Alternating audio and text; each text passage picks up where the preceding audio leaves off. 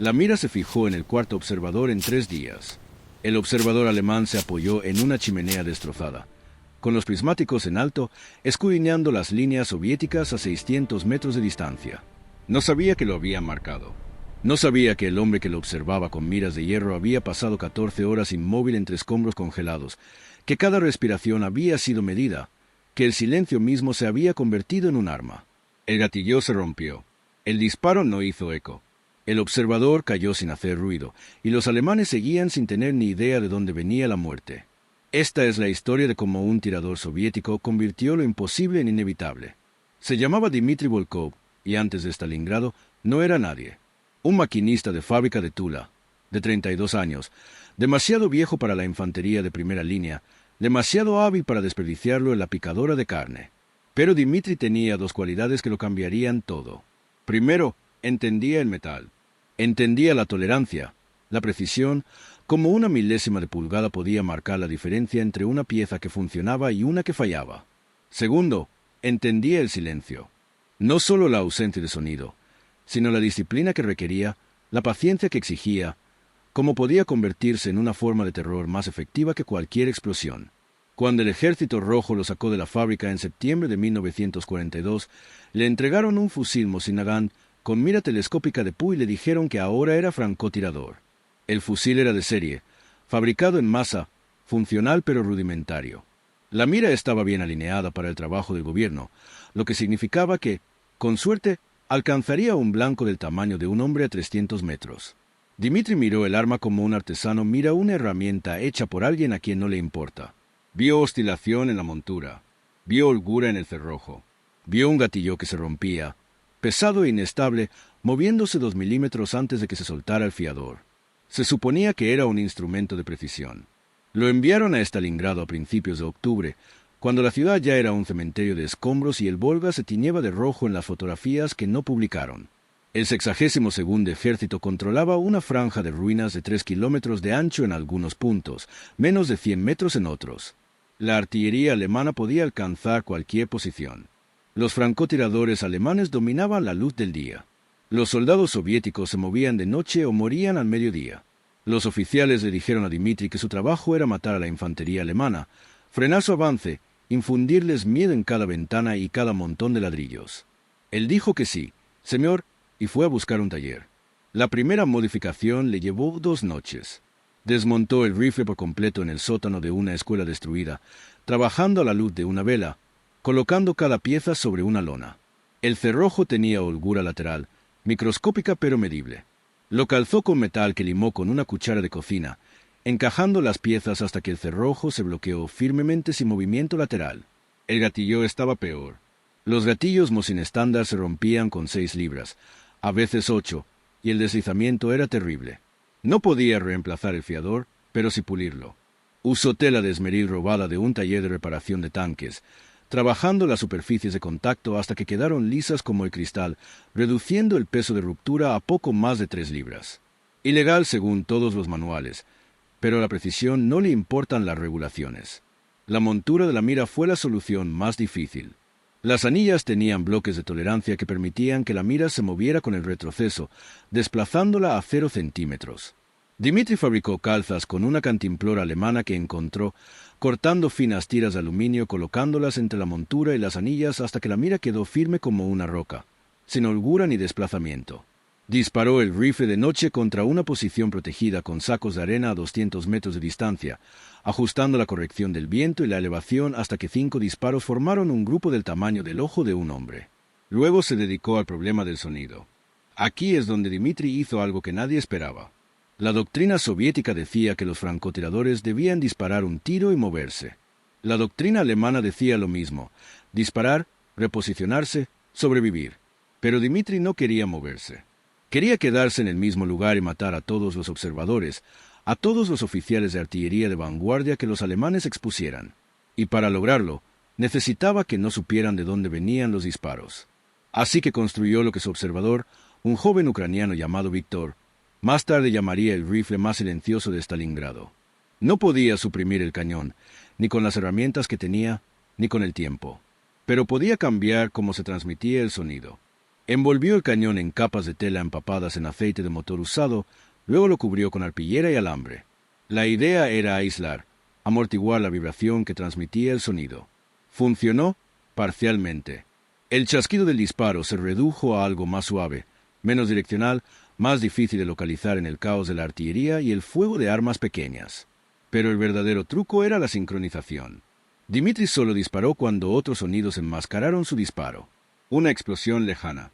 Una ametralladora estalló 3 cuadras más allá. Un edificio derrumbándose. Aprendió a leer el ritmo de la batalla, a encontrar los momentos en que su único disparo desaparecería en el ruido.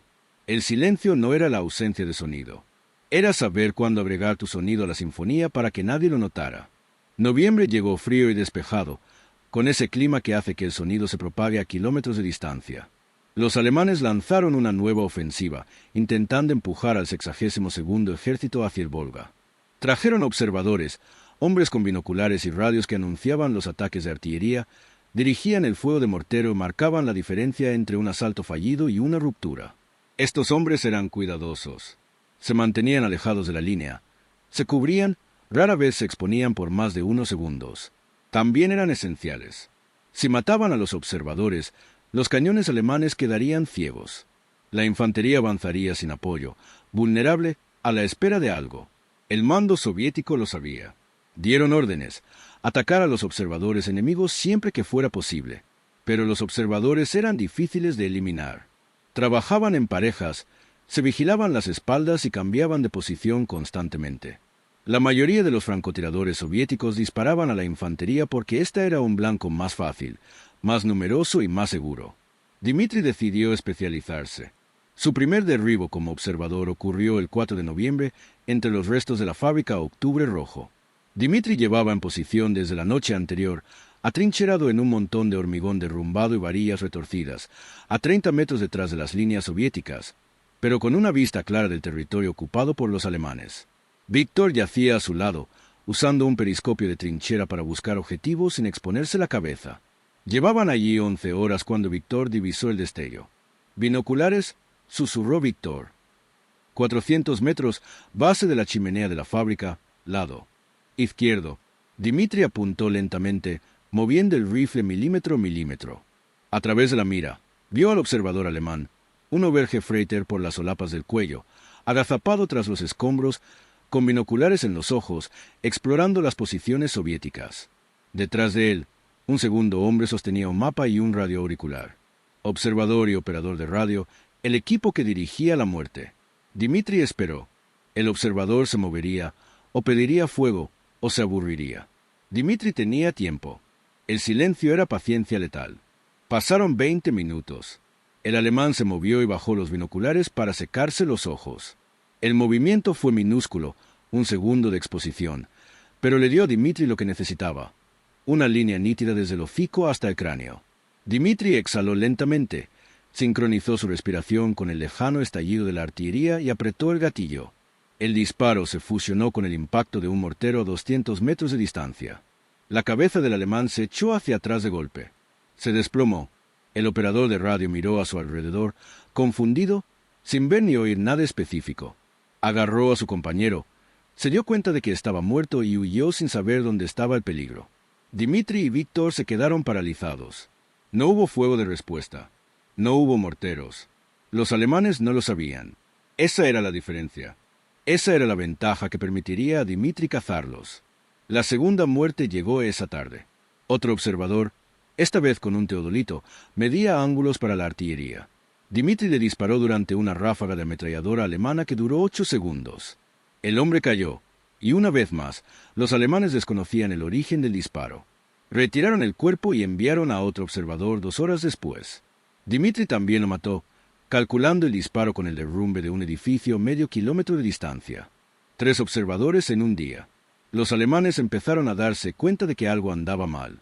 Al principio, los alemanes no comprendían lo que estaba sucediendo. Tenían experiencia con francotiradores soviéticos, equipos de contrafrancotiradores entrenados y procedimientos para lidiar con francotiradores. Pero esos procedimientos asumían que se podía localizar al tirador tras unas pocas bajas, que el fogonazo, el sonido y los patrones de disparo revelarían la posición. Dmitri no les dio nada. El 5 de noviembre, al día siguiente de su primera victoria como observador, un Hauptmann alemán llamado Klaus Richter reunió a los observadores de avanzada restantes en un búnker con sacos de arena e intentó explicarles a qué se enfrentaban. Richter era bávaro. Tenía 41 años. Era un oficial de artillería que había luchado en Francia y entendía las matemáticas del fuego indirecto. Necesitaba observadores que convirtieran esas matemáticas en rusos muertos. En cambio, sus observadores morían, y no podía explicar cómo. Los disparos provienen de diferentes posiciones, informó un observador superviviente. Ayer provenían de las ruinas de la fábrica. Hoy, de algún lugar al sureste, quizá del bloque de viviendas. No podemos localizarlo con precisión. ¿Distintos tiradores?, preguntó Richter. Quizás, pero el patrón es el mismo. Siempre con ruido, siempre un solo disparo, siempre el observador, nunca el operador de radio ni el personal de seguridad. Alguien nos está buscando específicamente. Richter no creía en fantasmas, pero sí en las matemáticas. Si un francotirador mataba observadores a un ritmo de 1 por día, y él tenía 12 observadores en su sector, le quedaban 12 días antes de estar operando a ciegas. La ofensiva soviética no esperaría 12 días. Necesitaba una solución. Asignó destacamentos de protección, 2 guardias por observador, y ordenó disparar inmediatamente contra cualquier posición sospechosa. Exigió movimiento constante y que ningún observador permaneciera en un mismo lugar más de 30 minutos. Llevó a un equipo de contrafrancotiradores de la reserva del batallón, 2 hombres con rifles K-98K con mira telescópica, y ordenó encontrar al tirador. Informó de la situación al regimiento y solicitó reconocimiento aéreo de las zonas de retaguardia soviéticas para identificar posiciones ocultas. Hizo todo correctamente, según el manual. Dmitri mató a 2 observadores más esa semana. El primero murió el 7 de noviembre, día de la Revolución, cuando las fuerzas soviéticas lanzaron una descarga de artillería de celebración que sacudió la tierra durante 15 minutos. Durante la descarga, un observador alemán llamado Schaffer intentó marcar las posiciones soviéticas para el fuego de contrabatería. Estaba agachado en una alcantarilla de hormigón, protegido por 3 lados, su compañero vigilando sus espaldas, el equipo de contrafrancotiradores posicionado a 200 metros de distancia con líneas de visión claras hacia las posibles posiciones de tiro. Schaffer levantó sus binoculares durante 5 segundos. Eso fue todo lo que Dmitri necesitó. El disparo se produjo durante una salva de cohetes Katyusha, un sonido como el cielo desgarrándose. Schaffer cayó con una bala en el ojo izquierdo. Los guardias no vieron nada. El equipo de contrafrancotiradores no vio nada. El compañero de Schaffer lo jaló más adentro de la alcantarilla y llamó a los médicos, quienes llegaron para encontrar a un hombre muerto sin idea de dónde había venido la muerte. La segunda muerte de esa semana fue peor porque era personal. El equipo alemán de contrafrancotiradores, frustrado por no haber localizado al tirador, decidió usar cebo. Colocaron un maniquí con equipo de observación en una posición expuesta, con los 2 francotiradores posicionados para triangular cualquier disparo que lo impactara. Era un buen plan, tácticas de contrafrancotirador manual, y debería haber funcionado. Pero Dmitri no disparó al maniquí. Lo observó a través de su mira telescópica durante 3 horas, rastreando los ángulos, y averiguó dónde debían estar los observadores. Luego esperó a que una ametralladora alemana abriera fuego 3 manzanas al norte, proporcionando sonido de cobertura, y disparó al contrafrancotirador veterano en el pecho a 490 metros. Esa muerte cambió el panorama psicológico. Los hombres asignados a cazar al cazador eran ahora los cazados. El contrafrancotirador restante empacó su fusil y solicitó ser transferido inmediatamente a cualquier otro sector, a cualquier otra tarea, a cualquier lugar excepto la zona ciega. Su solicitud fue denegada, pero dejó de salir a misiones. El comandante de la compañía podría haberlo sometido a juicio militar, pero eso habría requerido explicar por qué los francotiradores veteranos se negaban a cazar a un tirador soviético, y esas explicaciones generaron preguntas que nadie quería responder. Víctor, el observador, comprendía lo que Dmitri estaba construyendo mejor que él. Víctor tenía 20 años, era de Kiev, hijo de un profesor de música que le había enseñado que el ritmo lo era todo, que el tempo creaba significado. Aplicó eso a la observación. Aprendió a interpretar el ritmo del combate, a predecir cuándo dispararían las ametralladoras, cuándo aterrizaría la artillería, cuándo el caos proporcionaría el camuflaje acústico que Dmitri necesitaba. «No solo los estás matando», dijo Víctor una noche, mientras compartían una lata de sopa fría en su escondite. «Los estás entrenando». Dmitri lo miró. «¿Entrenarlos para qué?». Tener miedo. Cada muerte les enseña que mirar significa morir. Cada sobreviviente aprende a mantener la cabeza gacha. Con el tiempo, dejan de mirar por completo, y entonces todo su sistema falla. Era cierto, aunque Dmitri no lo había considerado así. Era maquinista, no psicólogo. Solucionaba problemas. El problema eran los observadores alemanes que dirigían el fuego. La solución era eliminarlos. Pero Víctor comprendía el efecto secundario. Cómo matar a 13 hombres podía paralizar a cientos, cómo podía reducir la eficacia de toda una rama del ejército alemán porque el miedo era contagioso y la incertidumbre paralizaba. Para el 8 de noviembre, Dmitri había matado a 7 observadores. No eran soldados que corrían por campo abierto, ni blancos fáciles, sino especialistas, hombres que se suponía que debían estar seguros tras las líneas, protegidos por la doctrina y la distancia. Los alemanes asignaron equipos de contrafrancotiradores, hombres con rifles con mira telescópica y órdenes de encontrar al tirador. Fracasaron. Dmitri nunca disparó 2 veces desde la misma posición, nunca se expuso durante el día, nunca les dio un patrón que predecir. Se movía de noche, buscaba nuevos escondites y esperaba. Víctor avistó. Dmitri disparó. La red de observación alemana comenzó a colapsar. El efecto psicológico fue peor que el táctico. Los observadores alemanes empezaron a negarse a usar binoculares durante el día. Solicitaban fuego basándose en conjeturas, mapas y coordenadas del día anterior. Su artillería se volvió menos efectiva y sus morteros, más lentos en responder. La infantería se quejaba de que avanzaban sin apoyo, de que cuando necesitaban fuego, éste llegaba tarde o no llegaba. Los oficiales exigían respuestas. Los observadores no tenían ninguna. Solo sabían que los hombres que miraban con binoculares morían, y nadie podía encontrar al tirador. La novena muerte lo ilustró a la perfección.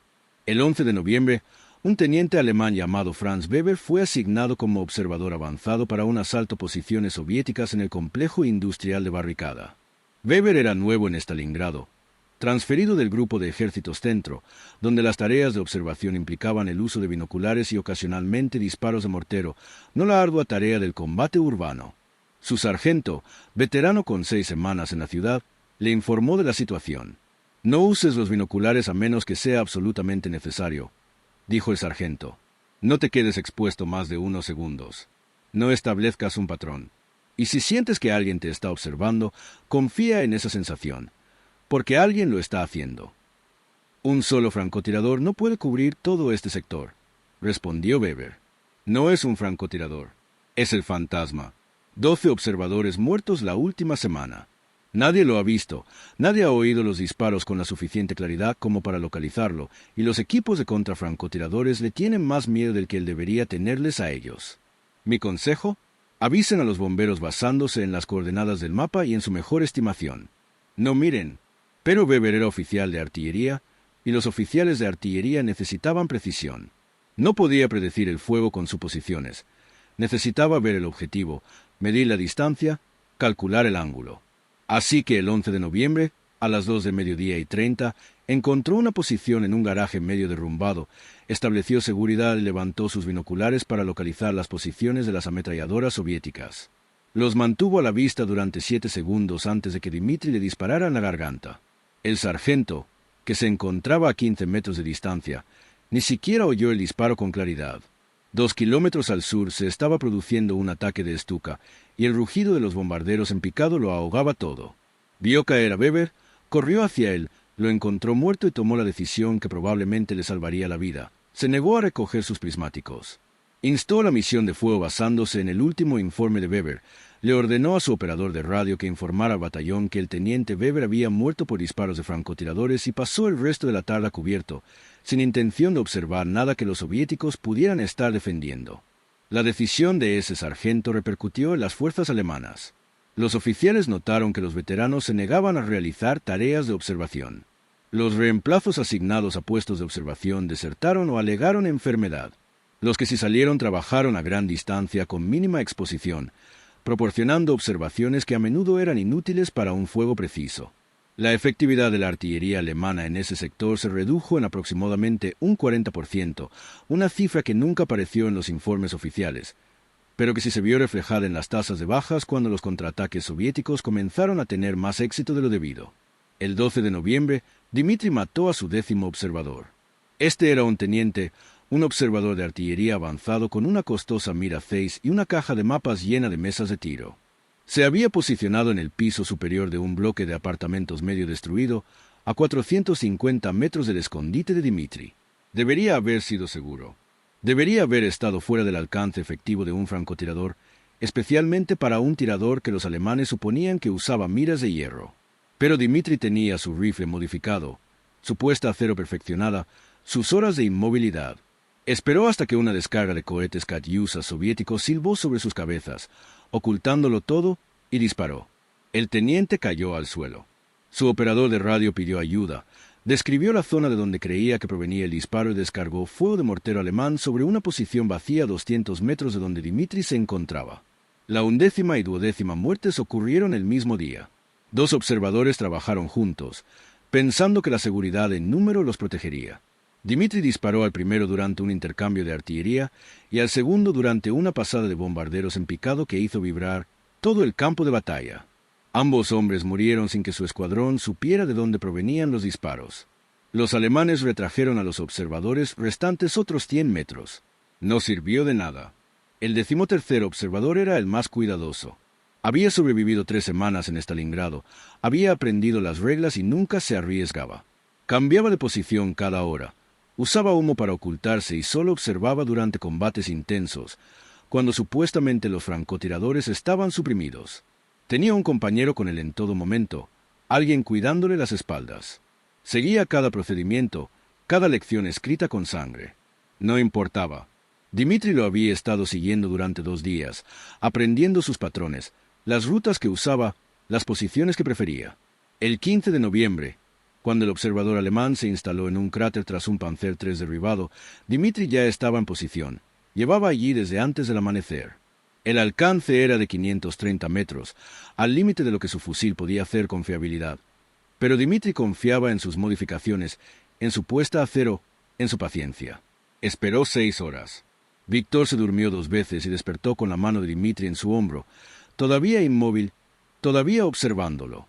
A las 2 horas, durante un contraataque soviético que atrajo todas las miradas hacia el norte, el observador alemán levantó sus binoculares por última vez. Dimitri disparó entre el sonido de ametralladoras y granadas. La bala le atravesó la sien. Cayó sobre el regazo de su compañero. Este se quedó paralizado. Miró a su alrededor, no vio nada y tomó la sabia decisión de quedarse agachado y llamar a un equipo de camilleros en lugar de intentar encontrar un fantasma.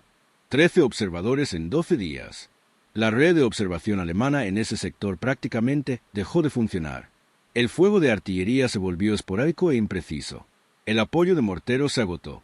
Las unidades de infantería avanzaron sin el apoyo de fuego del que dependían y los defensores soviéticos las desmantelaron. El impacto táctico fue medible en los informes posteriores a la acción, aunque nadie lo relacionó con un solo francotirador hasta semanas después. El impacto psicológico fue aún peor. Los soldados alemanes comenzaron a llamar a la zona ciega, y los observadores solicitaron traslados en lugar de trabajar allí. Dimitri nunca supo que había cambiado la batalla. Solo sabía que tenía un trabajo, un fusil que había perfeccionado y una disciplina que convertía el silencio en algo más peligroso que cualquier grito. El 17 de noviembre, una descarga de artillería alemana lo alcanzó en su propia piel. Él y Víctor quedaron sepultados bajo los escombros. Víctor murió en el acto.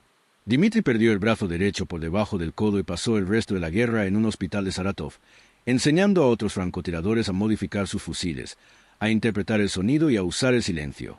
Los 13 observadores que mató quedaron registrados en los registros soviéticos como bajas enemigas, acción de francotirador, sin ninguna anotación especial. Los alemanes nunca lo identificaron por su nombre, solo como el silencioso, una historia de fantasmas que circulaba entre los observadores de vanguardia que aprendieron a mantenerse muy atrás de la línea y a adivinar en lugar de mirar. El rifle de Dimitri desapareció, probablemente perdido entre los escombros o rebuscado en busca de piezas. Las técnicas que desarrolló, las modificaciones que realizó, nunca se estandarizaron, nunca se convirtieron en doctrina oficial. Eran solo trucos que un maquinista usaba para hacer que una herramienta rudimentaria fuera lo suficientemente precisa como para realizar un trabajo imposible. Pero esto es lo que importaba, lo que hacía que esas 13 bajas fueran más que simples cifras en un informe. En la guerra, la información es clave para la supervivencia. El bando que ve el campo de batalla gana la batalla. La artillería sin observadores es solo ruido costoso. La infantería sin observadores avanza a ciegas y muere sorprendida. Al matar a 13 hombres cuyo trabajo era observar e informar, Dmitri no solo eliminó objetivos, eliminó la capacidad del enemigo de saber dónde disparar, cuándo avanzar y cómo coordinarse. Creó una zona de incertidumbre donde los comandantes alemanes tenían que adivinar, y adivinar en la guerra es caro. Los alemanes podrían haber enviado más observadores, y lo hicieron. Pero todos sabían que les había pasado a los 13 últimos. Todos sabían que en algún lugar de esas ruinas había un tirador que no podían encontrar, oír ni predecir. Ese miedo los hacía más lentos, más cuidadosos, menos efectivos. El miedo multiplica la fuerza, y el silencio lo convertía en absoluto. Porque lo que pasa con un fantasma no es que te mate, sino que nunca lo ves venir, nunca lo oyes acercarse, nunca tienes la oportunidad de contraatacar. Simplemente dejas de existir, y tus amigos tienen que preguntarse cuando les toca a ellos. Dmitri comprendió algo que la mayoría de los soldados nunca aprenden, que la falta de información es un arma. Cuando el enemigo no sabe dónde estás, tiene que defenderse en todas partes. Cuando no oyen tu disparo, no pueden devolver el fuego. Cuando sus observadores mueren sin previo aviso, los que sobreviven dejan de mirar. Y un ejército que deja de mirar ya está derrotado, aunque el colapso final tarde semanas en llegar. La configuración personal del rifle no se basaba en un mejor equipo. La Unión Soviética contaba con rifles con mira telescópica, munición de precisión y sistemas de francotirador fabricados en fábrica que eran objetivamente superiores a cualquier cosa que Dmitri improvisara en un sótano. Pero se construían según especificaciones, estándares y tolerancias aceptables. Dmitri construyó su rifle con un estándar diferente, el único que importaba, que funcionara absolutamente, siempre, exactamente como él lo necesitaba. Lo hizo más silencioso no porque el silencio fuera parte de su doctrina, sino porque su doctrina lo exigía. Modificó el gatillo no para cumplir con las regulaciones, sino para satisfacer sus propios requisitos de precisión. Calzó el cerrojo no porque se le indicara un manual, sino porque sabía que la perfección es personal y a nadie más le importaría su rifle tanto como a él. Esa es la lección, la que resuena más allá de Stalingrado y de los francotiradores. En cualquier campo donde la precisión importa, donde el margen entre el éxito y el fracaso se mide en fracciones, la diferencia nunca reside solo en la herramienta. Es la persona que la comprende tan completamente que puede ver sus limitaciones y corregirlas. Es el artesano que se niega a aceptar lo suficientemente bueno porque lo suficientemente bueno te mata. Es el especialista que sabe que la excelencia se construye en sótanos y se prueba en el barro, no en depósitos de suministros. 13 observadores. 12 días. Un hombre con un fusil modificado y la disciplina de usar el silencio como estrategia. Lo llamaron imposible hasta que lo lograron. Luego lo llamaron de otra manera. La razón por la que su artillería no podía ver, sus morteros no podían apuntar y su infantería no podía coordinarse. Lo que pasa con imposible es que es solo una palabra que la gente usa antes de que alguien les demuestre que están equivocados. Dmitri Volkov les demostró que estaban equivocados 13 veces, un disparo silencioso a la vez. Y nadie supo su nombre hasta décadas después de la guerra, cuando un veterano ucraniano mencionó al maquinista que perfeccionó su fusil en unas memorias que casi nadie leyó. Pero los alemanes recordaban, no el nombre de Dmitri, sino la sensación de luchar a ciegas en una ciudad donde la vista se suponía su ventaja.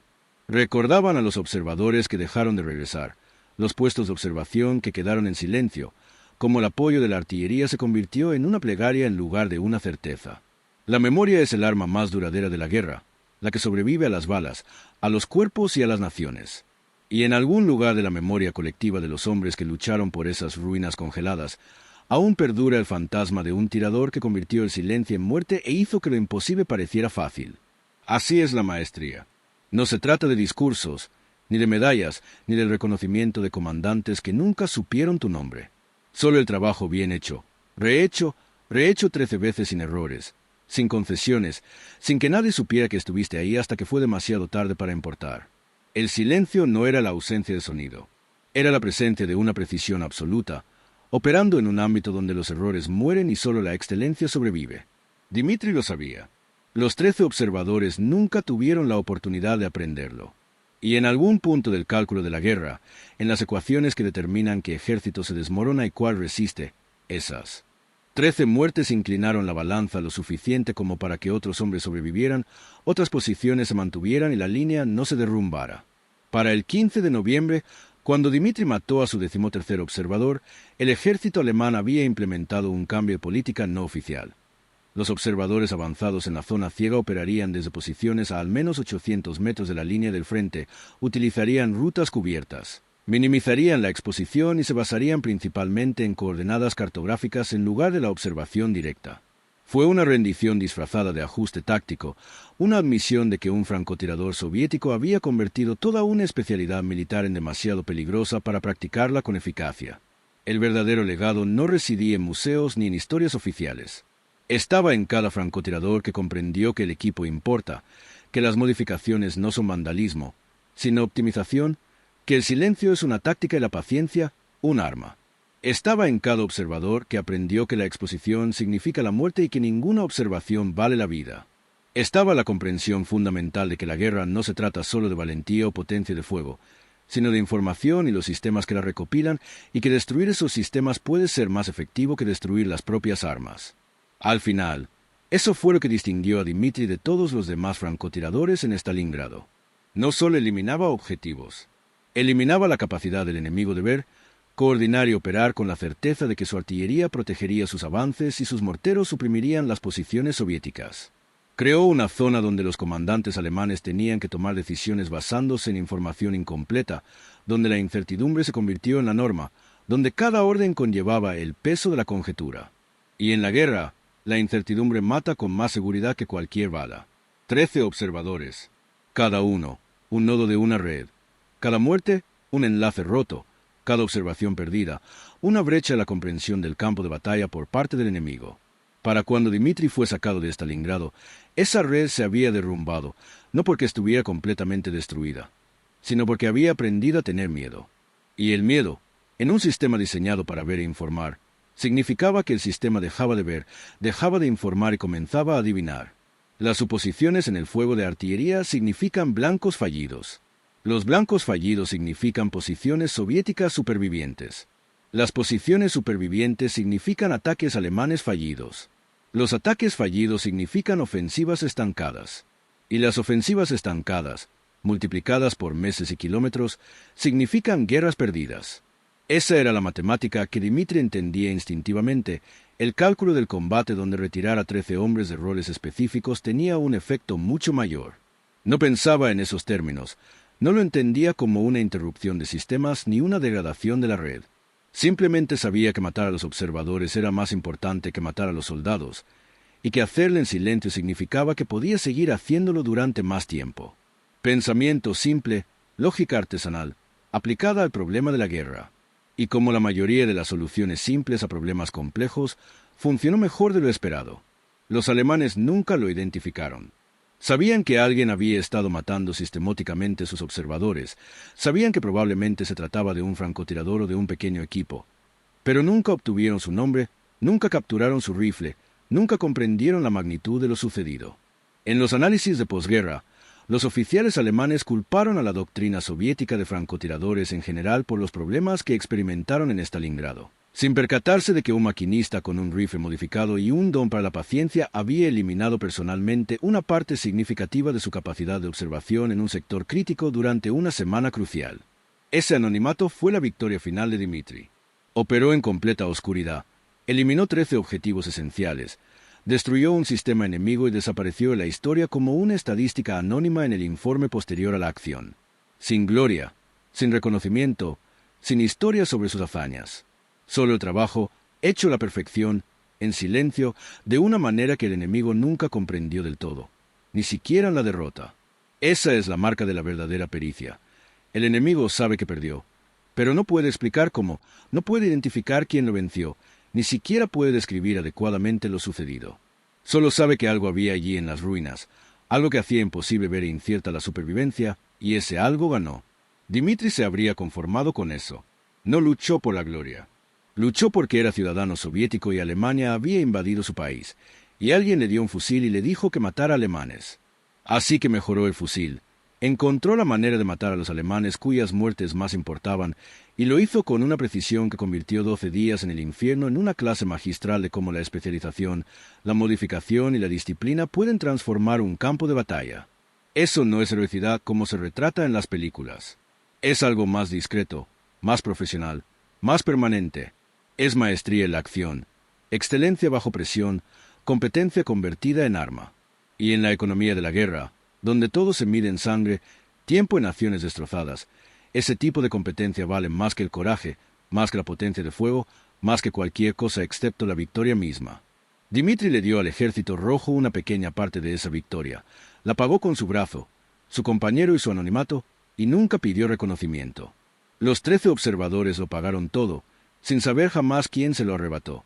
Y en algún lugar del libro de cuentas del Frente Oriental, en la incomprensiblemente vasta contabilidad de la Segunda Guerra Mundial, esas 13 muertes inclinaron la balanza lo suficiente como para que otras fichas de dominó cayeran de forma diferente, otras batallas se desviaran hacia el otro lado, y el desenlace final llegara un poco antes. Así es como se ve lo imposible cuando alguien decide hacerlo realidad de todos modos.